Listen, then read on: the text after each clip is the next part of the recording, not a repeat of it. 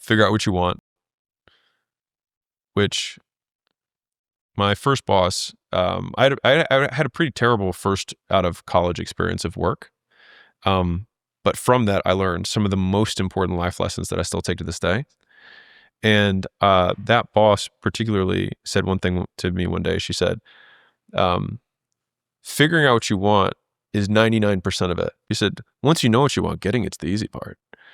And I kind of adopted that as a worldview because it's like, once you're really clear, like this is what I want, then everything that's not that is what I'm willing to give up to get it. Now, that thing can change. Like, yeah, well, the thing I wanted changed.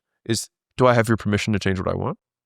And I think we should all have permission to change what we want in any given moment, and not having basically sunk life bias of like, I put 10 years into this thing and that's okay. And that's what I needed to do at that time. And today I'm going to change everything. And what's really interesting about, if you look at like addicts and alcohol, people who need to, quit, whatever bad habit they have, there's a really strong frame. Ed Mylett talks about it, which is basically one more.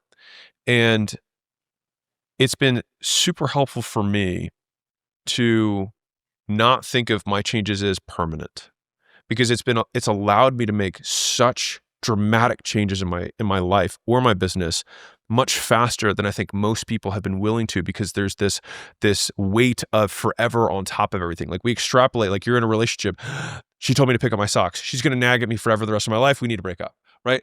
Or I can do this for today, and tomorrow, if it still works, I will do it for tomorrow.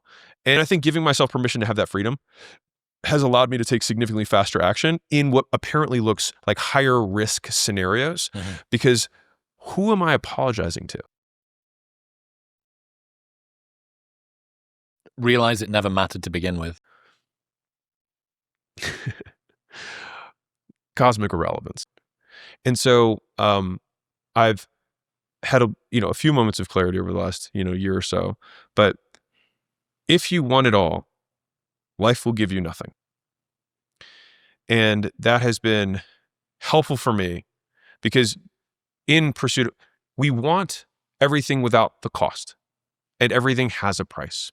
And you will never be able to get the sufficient price tag paid on everything to reach critical mass, to achieve a modicum of success in any domain, unless you are willing to trade from another.